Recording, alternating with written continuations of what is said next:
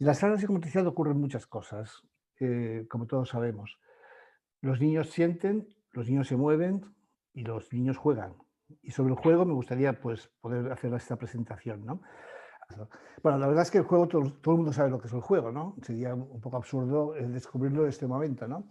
Pero el juego, básicamente, lo que me interesa transmitir en esa primera diapositiva es que el juego es una actividad libre, una actividad de placer, y que lo esencial y que es esencial en todos los momentos de la vida, en todos los momentos y en todas las etapas de la vida. Es cierto que en algunas etapas tienen unas características especiales, potencian sobre todo el desarrollo de las primeras etapas de vida, pero bueno, el juego está, insisto, involucrado en toda nuestra vida, ¿no? Por suerte. Para que algo se llame juego, realmente juego, tiene que tener como mínimo estas propiedades.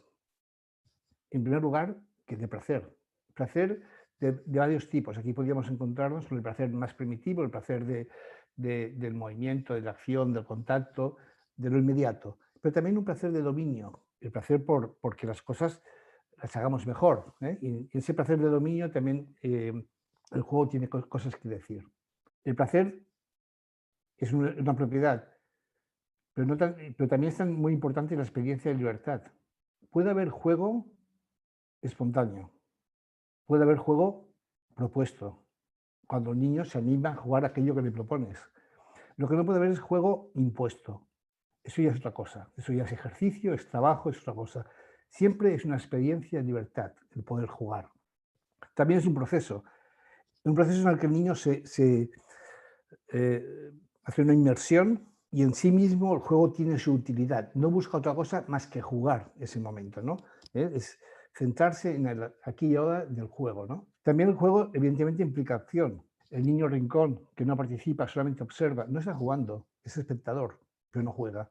Parte de nuestro trabajo consiste en que ese niño que está en el rincón, simbólicamente hablando, pase al centro de la sala y sea protagonista de la acción. También el juego es algo muy serio para el niño. Cuando está implicado, lo vemos continuamente en las escuelas, en la sala de psicomotricidad, lo vemos continuamente, el niño está metido en el juego, siente el juego, por eso a veces ocurren conflictos, ¿no? Y también el juego supone un esfuerzo por lo que decíamos antes, porque cada vez funcione mejor ese juego, ¿no? Tanto en lo relacional, en lo cognitivo, como en lo motriz. Y sobre todo, el juego es hacer como si, involucra todo. Un hacer como si, que no es la última expresión, la máxima expresión es el juego simbólico, pero cualquier juego es hacer como si. Insisto, la máxima expresión sería ese juego simbólico del cual hablamos después. Evidentemente, el niño aprende a vivir jugando. Estoy diciendo algo obvio, y más en este ámbito en el cual nos movemos todos, ¿no? Pero el niño experimenta cosas con cosas y personas, almacena mucha información, el juego transmite información, también nos ayuda a estudiar causas y efectos, resolver problemas que ocurren en ese momento, construimos vocabulario gracias a él, también aprendemos a controlarnos, aspecto fundamental, con una de las funciones ejecutivas fundamentales, ¿no? También el adaptarnos a la conducta del grupo, si jugamos en grupo. En ese sentido, reivindico mucho el juego de roles, el juego simbólico de roles, por todo el potencial que tiene a este nivel. También nos permite interpretar acontecimientos y al niño mismo también qué está pasando allí. Y desde luego cuando un niño juega, disfruta y es aceptado en el juego por los demás, su autoestima evidentemente se refuerza. Y es lógico que en esa acción del niño también haya pues, un desarrollo de sus destrezas, tanto cognitivas como motrices, etc. En definitiva, el niño aprende y se dice, esto es lo que nos importa en la sala de psicomotricidad, se dice también a través del juego. Esta pirámide que vamos a mostrar, que voy a mostrar, se la debo en parte a Marta Rabadán y Josep Rota, a dos profesionales de la psicomotricidad, amigos y compañeros de viaje y maestros en algún momento. La pirámide significaría que de alguna forma cada fase de juego sostiene a la siguiente fase de juego. Y esas fases de juego están colocadas a nivel evolutivo. De alguna forma, la primer nivel serían los juegos de ciudad profunda, juegos muy arcaicos, juegos que hacen los papás con los bebés, ¿no? Que todos hemos hecho, de subir arriba nuestro hijo, balancearlo. Es unos juegos que movilizan mucho a nivel tónico, ¿no? Y que están en la base de esa estructuración del yo. Los juegos de maternaje, que todos también conocemos, ¿no? Que dan contención y seguridad.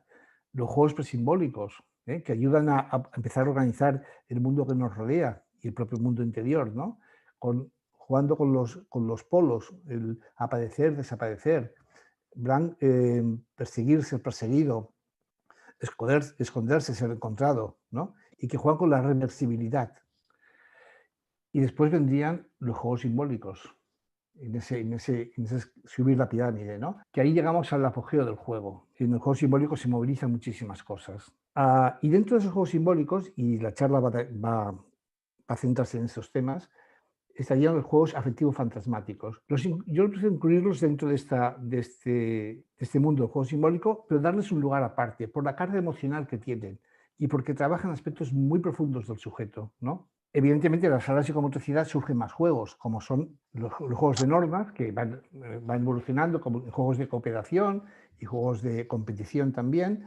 Y por último, también surgen en las salas de psicomotricidad juegos y momentos de representación, tanto los cuentos vivenciados, bueno, que hay, a mí me gusta mucho trabajar con los cuentos vivenciados motrizmente.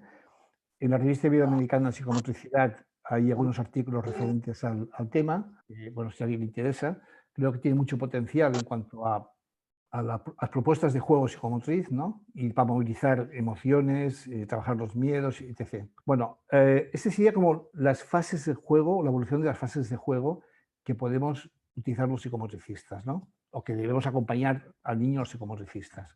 Nos centramos en el juego afectivo fantasmático, pero antes recordemos que los juegos simbólicos juegan entre los dos polos, ¿no? Las fantasías corporales y la realidad corporal, ¿no? Y en esa interrelación entre los dos se va construyendo ese juego simbólico, este juego de hacer como sí, que pasa por diversas fases, ¿no? La imitación diferida, que es poder representar algo que ha ocurrido, que ya hay una cierta representación, pero sigue muy ligado a lo real, por decirlo así, pero poco a poco la cosa va evolucionando y cada vez va entrando más la imaginación, lo abstracto, lo propio de lo simbólico, ¿no? Y el juego simbólico en la sala, en la sala y en otros espacios, podemos vivirlo de dos formas, a través de objetos, los materiales, que les damos una dimensión simbólica, y los juegos simbólicos personificados, donde los niños asumen un rol determinado, ¿no? Y desde luego evoluciona hacia el juego de roles, el juego simbólico de roles, que insisto, a mí me resulta sumamente importante por su significado, por la distribución de los papeles y también por la regulación de las acciones que se ven. Ya si nos centramos en los juegos afectivos fantasmáticos, ¿qué serían esos juegos? Básicamente es todo lo que incluye a las necesidades afectivas, a las pulsiones, a las emociones, a los sentimientos, a los deseos, a los miedos. ¿Y el objetivo cuál es? El objetivo básicamente es poder encauzar, prevenir, encauzar, dar expresión a estos aspectos para poder ayudar a elaborar bueno, eso, y básicamente elaborar esos miedos, necesidades y demás para que no nos desborden, para que no nos bloqueen tampoco. En ese sentido, hay muchos juegos que surgen en la sala que segurísimo que todos conocéis y que habéis practicado continuamente, que son los juegos de poder, juegos de oposición, juegos de persecución, juegos de proyección verbal que el niño hace y nosotros provocamos también, juegos de provocación que cuando hay un vínculo adecuado con el niño son sumamente interesantes porque movilizan, la provocación bien ajustada moviliza, y desde luego los juegos de reparación, que son muy importantes en cuanto a esa idea de esperanza, ¿no? De que algo que se rompe se puede volver a construirse, ¿no? Los juegos de posición es un juego que todos conocemos, de hecho es el famoso juego del monstruo, que apunto, una idea que tenía Josep Prota, que decía que en la sala de psicomotricidad los psicomotricistas no tendríamos que llamarnos psicomotricistas, tendríamos que llamarnos psicomonstricistas, por la cantidad de veces que jugamos al juego del monstruo, ¿no? En diversas versiones, ¿no?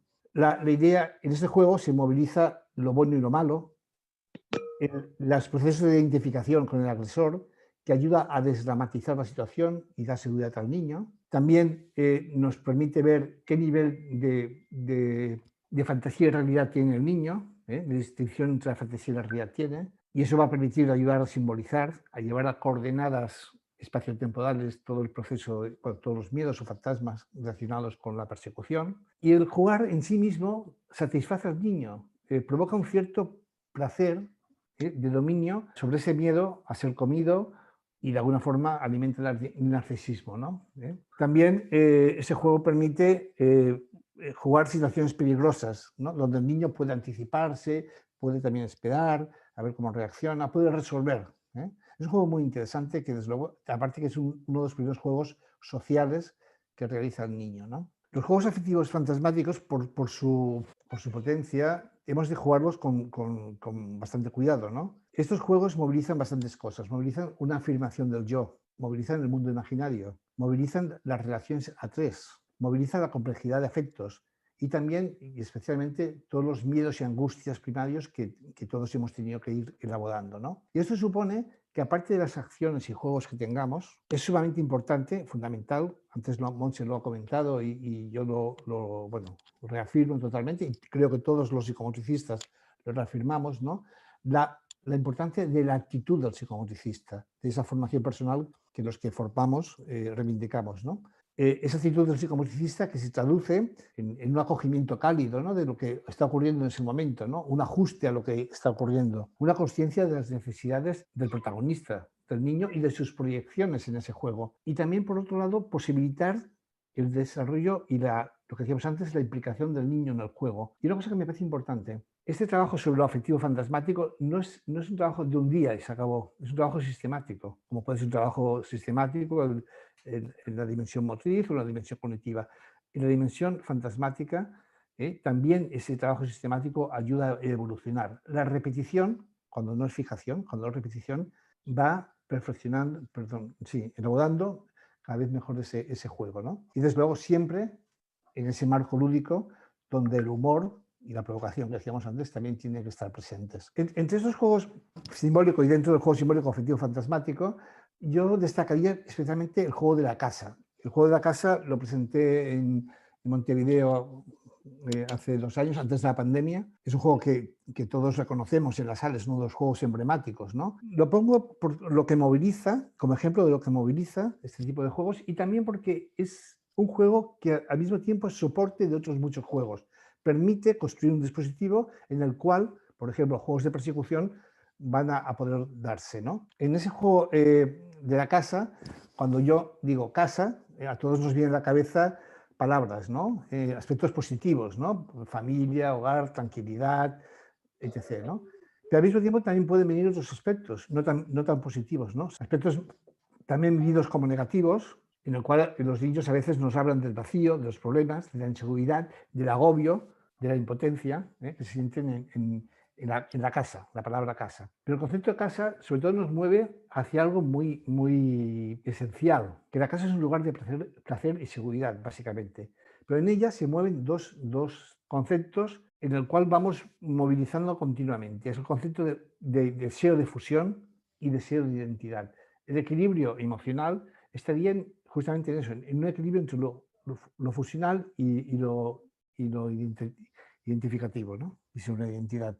De hecho, todos deseamos pertenecer a algo o a alguien, ¿no? Formar parte de una cierta comunidad, estar dentro de. Pero también al mismo tiempo todos deseamos afirmarnos como personas, tener nuestra independencia, poder salir. Y en ese juego de la casa, en esa dualidad, muchos nos movemos. Lo que pasa es que algunos se mueven en los extremos. Y ahí es donde empieza a entrar la patología. Y para mostrar un poco el ejemplo, voy a mostrar dos ejemplos, ¿no? De 2 niños. Juan es el niño que lucharía por su identidad, un niño que se siente agobiado en un entorno que le oprime, una mamá muy ansiosa, un papá también, una escuela que no acepta que es un niño muy movido. De hecho, cuando me lo presentan, me hablan de él, me hablan de un niño que no puede parar quieto, que es la inquietud personificada, que es disruptivo, que molesta, etc., ¿no? Y en la sala de psicomotricidad, cuando lo conozco, es un niño de los que funcionan en cortocircuito, están en continuo movimiento, haciendo todo y no se queda en nada. La primera sesión, la segunda sesión son así, mucho movimiento y poca acción concreta, ¿no? Pero al final de la segunda sesión le pido que dibuje algo y me dibuja este dibujo. Este dibujo lo podemos leer, como todos los dibujos, desde una posición o desde una visión psicoanalítica, ¿no? Viendo que el niño que proyecta en él, o también desde una mirada más narrativa. Me voy a centrar más en esta mirada más narrativa. que supone fijarme en el proceso, en la secuencia y también en la leyenda que el niño cuenta, ¿no?, sobre el dibujo. Dice lo siguiente, perdón, la secuencia es la siguiente: dibuja la raya, dibuja el monigote de abajo, después pinta el mar, los dos peces y el monigote de arriba y el sol. Cuando yo le pregunto qué has dibujado, ¿no?, me dice, es Juan, después cambia de nombre y dice, es Pepito, lo cual ya me da pistas de que ahí se está moviendo algo, que se está ahogando. El ahogo es una sensación de opresión y luego uno frente a eso, ¿qué hace? Intenta movilizarse y esa movilización, como sea salir de ese ahogo, supone muchas veces agitarse, ¿no? Y en la agitación está Juan. En su expresividad psicomotriz lo muestra, está agitado. Está agitado y además en este dibujo también lo enfatiza más, porque dice, ballena mamá y ballena papá se lo quieren comer. Claro, en el imaginario colectivo, imagino que cuando hablamos de ballena no es lo mismo que cuando hablamos de tiburón. Cuando hablamos de tiburón, todos imaginamos que nos come, nos destroza, nos desgarra. En cambio, una ballena, ¿qué hace? Te traga. Este niño estaba muy dentro, sin querer estar tan dentro. Era un niño que necesitaba mucho más espacio. De hecho, en la sala de psicomotricidad apenas construía casas y apenas jugaba a estar dentro de casas, suyas o de otros. Y cuando entraba en una casa casi era destruirla, ¿no? Por lo menos inicialmente. Después la cosa, por suerte, fue cambiando bastante. Ese deseo de identidad que tenía Juan y que se sentía nuevamente muy acosado, por decirlo así, o agobiado, contrasta con Pablo. Pablo era un niño de unos papás muy libertarios, de educación muy liberal y que querían poner muy pocas normas al niño, ¿no?, muy pocos límites. Y de hecho va también a una escuela en el mismo sentido, una escuela en la cual el paidocentrismo es llevado a últimas consecuencias casi. Lo cual por un lado está bien, pero por otro lado también tiene sus dificultades. Este niño que no tenía capacidad para poder tolerar frustraciones, que se sentía también dificultad para poder aplazar sus deseos, ¿no?, etc. De alguna forma, bueno, estaba desbordado. Recuerdo una sesión en la que yo le pregunto en un momento determinado, ¿qué quieres hacer? ¿No? Yo me refería a que podemos ir jugando. Entonces él me dice, yo quiero ser libre. ¿Quieres ser libre? ¿Y qué es eso de ser libre para ti? Pues como un caballo salvaje, correr por la montaña y hacer lo que me dé la gana. Vale. Pues, y eso que, y a ver cómo lo... Mientras iba diciendo esto, y fue poniendo bloques de goma espuma alrededor suyo, de forma que cuando acabó el discurso de que soy libre y tal, estaba rodeado completamente por la goma espuma, incluso me pidió que me pusiese encima un techo y quedó contenido, quedó en silencio y al cabo de un rato empezó a llorar. Un niño que necesitaba, a diferencia de Juan, que pudiesen contener un poco, que le pudiesen limitar un poco ese desborde en el cual estaba física y psíquicamente. Bueno, como decía, el juego afectivo fantasmático, básicamente, como veíamos en estos dos ejemplos, ¿no?, es una expresión y una elaboración de la vida afectiva, el querer entrar o no entrar de la casa, etc., ¿no? Ese juego, como también comentaba antes, puede ser o bien con objetos o personalizados, o bien de forma espontánea surge o propuesto. Pero lo importante es que aquí confiamos en la capacidad de autorregulación del juego, ¿no? El niño se dice, como comentábamos antes, y se elabora a partir de ese juego espontáneo, propuesto, simbólico. Y desde luego lo más importante del juego en sí es la vivencia. Si no hay vivencia, no hay juego. Y en ese significado del juego, nosotros atendemos al síntoma. Cuidado, de modo no sintomático. No vamos a por el síntoma, pero de alguna forma el síntoma se moviliza. Y no hacemos ninguna interpretación, no hacemos interpretaciones no lineales, no causa-efecto. O también en ese significado del juego, también si surge alguna interpretación, o para nosotros, siempre es abierta y flexible, que para poder marcar los acontecimientos. Y yo hablaría más en cuanto al niño de señalamientos, no tanto de interpretación. De hecho, tenemos un poco la línea más de Ana Freud, no hay necesidad de comunicar las interpretaciones que hacemos en la sala al niño. El juego en sí mismo, lo que ocurre en sí mismo, los mensajes que están pasando en la sala, ya al niño le dan significado. Y en la observación previa a poder actuar, de alguna forma tenemos que fijarnos en qué, en una observación directa, con los materiales que elige el niño en su dispositivo para construir el juego y también en la participación y desarrollo de ese juego. Pero también tenemos una observación posterior muy rica, sobre todo cuando el niño hace una representación verbal de aquello que ha jugado o a través del dibujo, como hemos visto hace un momento, ¿no? O a veces, en algunos casos, hemos establecido a veces unos cuestionarios haciendo referencia a aquello que ha sido jugado, sobre todo con niños un poco más grandes. ¿Y qué observamos? ¿No? En la observación directa sabemos lo importante no es tanto a qué se juega, que también, sino sobre todo cómo se coloca el niño en el juego, cómo va cambiando esa forma de jugar que tiene el niño en aquel mismo juego. Y también nos fijamos en lo que ocurre en sus acciones, ¿no? Si existen familias, sus roles, etc., ¿no? También observamos si hay niveles de agresividad y cómo se manifiesta esta agresividad. También las salidas, lo que ocurre, los acontecimientos, ¿no? Los motivos por los cuales el niño inicia una exploración o empieza a actuar. Y por último, muy importante, es la secuencia narrativa del juego. Cómo se articula, si hay un orden, si hay un antes, un durante, un después, si hay un funcionamiento absolutamente en cortocircuito y no hay secuencia, etc. Y en la representación verbal, aquí tengo que hacer referencia también a un artículo publicado también en la revista Iberoamericana con mi compañero José Luis Muniain. Creo que está en los primeros números de la revista, donde se explica todo un trabajo que hicimos durante un año recogiendo representaciones verbales de niños de 3 a 6 años después de la sesión de psicomotricidad, ¿no? O al final de la sesión de psicomotricidad, sobre juegos de tipo afectivo fantasmático que estuvimos jugando en la sala, ¿no? Y fue muy interesante ver cómo en esas representaciones verbales los niños transmitían vivencias afectivas positivas del juego, por ejemplo, sobre sus propias competencias personales, sobre lo que habían logrado hacer, sobre también los vínculos que habían construyendo, sobre las expresiones de seguridad y también si en ese discurso cada vez había más orden y más lógica. O sea, que iban construyendo cada vez más un pensamiento ordenado, secuenciado y lógico sobre aquello que habían jugado, ¿no?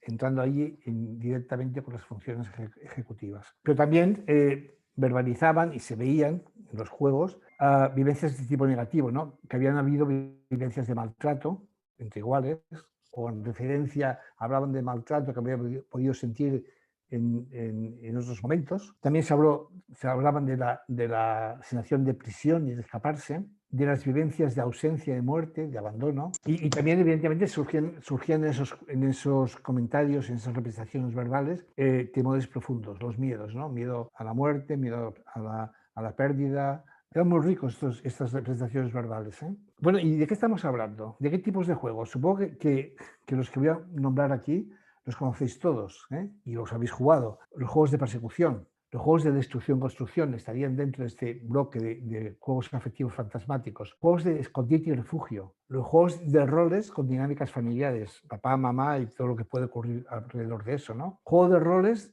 de poder, donde surge la sumisión y la ascensión, la cárcel, el castillo. Los juegos de roles de sanación, donde aparece el hospital.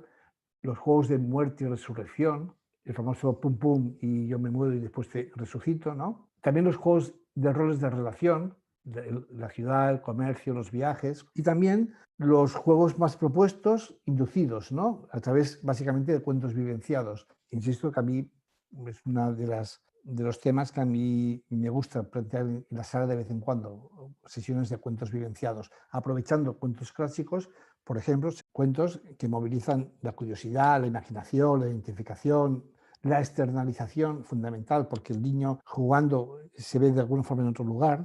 Por ejemplo, cuentos que todos conocéis, como La Caperucita Roja. ¿Qué se moviliza aquí? Evidentemente, la primera casa se moviliza la familia sana, sin problemas, la protección. Y la segunda casa, en cambio, refleja un momento vital, la pubertad y los peligros que entraña, ¿no? Otro cuento que todos conocemos y que también moviliza desde la casa, moviliza también toda esta vida afectivo-fantasmática, sería Hansel y Gretel, donde la casa de chocolate representa a la mamá mala que los ha abandonado. O el famoso cuento de los 3 cerditos, que lo podemos y lo jugamos en la sala de psicomotricidad también a veces, donde se construyen casas de más frágiles y cada vez más fuertes, ¿no? Y donde se habla de la fuerza del yo, la afirmación del yo. Siempre a partir de ese juego, insisto, de la casa inicialmente, pero que va hacia otros juegos, como en este caso persecución o lo que sea. Entonces, a partir de aquí, de estos juegos que surgen, vemos que los niños juegan de formas diferentes, ¿no? No voy a hablar tanto de tipología de niños como sí de tipología de situaciones en torno a los juegos, ¿no? Que podemos ver. Más que nada por no clasificar a niños, ¿eh? Pues sí clasificar situaciones momentáneas, transitorias, puntuales a veces, pero a veces se mantienen en sesión tras sesión, ¿no?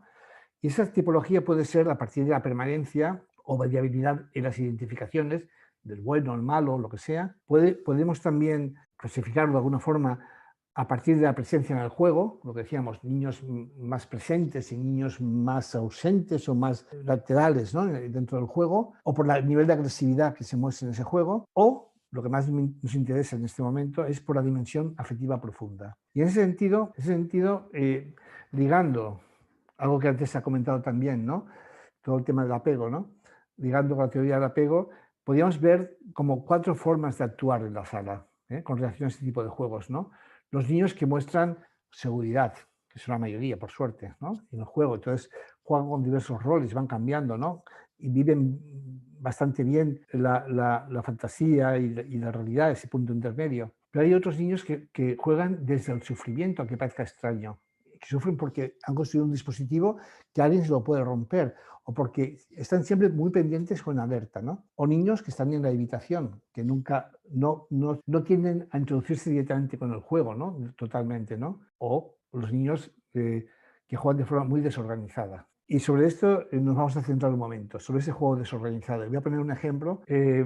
Máximo, un niño que conocí cuando tenía unos 9 años, presentaba una gran confusión y desorganización interna, conductual, perdón. Era un niño que había sido expulsado ya 2 veces había sido expulsado de 2 escuelas, por algunos incluso actos agresivos. En este caso se mostraba aturdido en presencia de otros, ¿no?, durante la sala. Siempre estaba muy inquieto, de hecho costaba mucho trabajar en grupo con él. Presenta un conflicto continuado en las sesiones de construir, no construir. Utilizaba la casa a veces para la suya, la protegía mucho, en cambio atacaba la de los demás, ocupaba la de los demás continuamente. Y su juego, pues no había una dinámica narrativa, o por lo menos ese juego no era muy coherente, ¿no? Un niño que a sí mismo se veía como que tenía un monstruo dentro y que salía de vez en cuando en forma de alguien, que eran momentos en los cuales él explotaba de alguna forma. Explotaba él y explotaba la casa. En ese sentido tiene mucho simbolismo. Una casa que de hecho había explotado, simbólicamente hablando, cuando él tenía unos 3 años de edad. Una casa en la que, pues los padres se separaron de muy mala forma, ¿no? Y hubo conductas muy de guerra entre la familia, ¿no? Y no queda nada vivo, como bien dijo el niño. Y eso se vio reflejado en la sala. Surgía muchas veces en los juegos de persecución, donde él perseguía, agredía y a veces no simbólicamente a otros niños o al psicomotricista. Había que poner mucho freno en esas situaciones. Cómo se vivía él cuando era pequeño en este momento y cómo sería de mayor, ¿no? Cuando comentó una vez que cuando era pequeño estaba triste, cuando era bebé, porque no le daba teta a su mamá y él la quería. De hecho, su mamá aparecía y desaparecía continuamente. En este presente decía que estaba más contento, mejor, y que de mayor se veía pues en una residencia, nervioso, abuelo y haciéndose pipí encima. Un día, en una de las sesiones, en un trabajo individual con él empieza a construir una casa. Le gustaba ser muy chafado, le gustaba estar dentro de los sitios y ser chafado, ¿no?, el famoso bocadillo. Un día construye una casa, la casa de sus sueños, donde plantea que van a vivir ahí pues su papá, él y yo mismo. Cuando yo le pregunto sobre su mamá, dónde va a vivir, contesta que va a vivir en un contenedor de basura. Y de hecho, en la misma sala construye un contenedor al lado, otra construcción más pequeña y más mala, y dice que es el contenedor que es donde va a vivir su mamá. Podéis mirar lo que el niño va mostrando en estos juegos, ¿no? Como por ejemplo una sesión en la que construye un restaurante. ¿No? Entonces empezamos a jugar como si, haciendo la cocina, tal, empezamos a... Entonces le pregunto sobre, qué nombre le vamos a poner al restaurante, y él habla del restaurante de los bebés muertos. Y cuando hablamos de la carta, qué vamos a comer en ese restaurante, empieza diciendo que, ojos de bebé al ajillo, pierna asada de bebé, etc, etc. Os podéis imaginar lo que salía allí. Antes de pasar al niño sufridor, decir que la historia de apego de este niño podría ser perfectamente un tipo de apego desorganizado. He hecho referencia muy por encima a esa vinculación con una mamá que aparecía y desaparecía continuamente, que no podía esperar ningún tipo de respuesta coherente y continuada. Tendríamos otro tipo de niños. Evidentemente, Máximo sería este ejemplo de situaciones que se ven en la sala de tipo desorganizada, conflictiva y demás. Y después nos encontramos con otro tipo de niños que llamaremos los sufridores, ¿no? Que están muy pendientes de aquello que construyen, de su lugar, de su dispositivo, y eso les impide disfrutar del juego. Son conductas de sufrimiento que se muestran muy ansiosos durante el juego, los habéis visto, los conocéis estos niños, que son incapaces de iniciar conductas de exploración porque ellos están protegiendo su espacio de posibles o imaginarias invasiones, que no suelen mostrar mucho placer durante el juego, sea cual sea el juego fantasmático que haya, y les puede, de alguna forma, les puede más la angustia. También son situaciones de juego donde hay una gran aflicción, ¿no? Porque si les destruyen su espacio y son difícilmente consolables. Y también, por otro lado, son, en encuentro con otros niños, lo buscan, lo desean, pero al mismo tiempo muestran enfado, resentimiento, malestar en esa actitud. Hay una desconfianza frente a los demás. Y después otras situaciones, las conductas de evitación, son aquellos niños que en el juego apenas muestran enfado frente a la destrucción de su dispositivo que han construido, no muestran conductas de búsqueda, contacto, no se ofrecen como lugar de encuentro para estar con otros niños, evitan el contacto o compartir con otros muchas veces, son a veces niños rincón, les caracteriza la falta de profundización en el juego, tienen un funcionamiento también en cortocircuito, normalmente se muestran poco proactivos y hacen visitas a otras casas puntualmente, depende si les cae bien el anfitrión o no, pero tampoco tiene una relación de mucha cercanía. Nos encontramos con la mayor cantidad de niños o de situaciones que nos encontramos en la sala, ¿no? Que son conductas exploratorias de seguridad, ¿no? Son niños que gozan de la identidad y la fusión, son niños que utilizan el dispositivo como base de exploración, que se muestran competentes y activos en el juego, que reciben contentos a otros niños en su juego, que los buscan en contacto de interacción y que si sufren algún contratiempo, y esto es lo importante, pueden reparar la situación de conflicto y reanudar el juego. Y aquí llegamos con las conclusiones, que básicamente este tipo de juegos favorecen, por un lado, nos ayuda a clasificar tipos de conducta, podemos darle un significado profundo a cada uno de esos juegos, sobre todo, insisto, cómo se coloca el niño en el juego. También nos pueden indicar el proceso madurativo de identidad del niño y también la elaboración de ese conflicto primario, como he comentado antes, fusión-identidad. Y algo que no podemos olvidar, cómo gracias también a estos juegos se va desarrollando también las funciones ejecutivas, como capacidad de poder controlar nuestras acciones. Y con esto ya doy por terminada la exposición. Os quiero dar las gracias por la paciencia y el tiempo de escucha. Gracias. Pues muchísimas gracias. Estuvo muy bien, muy interesante la conferencia. Joaquín, quiero darte las gracias personalmente, porque es personalmente, ¿eh? Te estoy viendo y me pareció una visión muy interesante de la psicomotricidad y el juego en esa diversidad de niños que nos presentaste. Gracias y estaremos en comunicación. Muy bien, muchas gracias.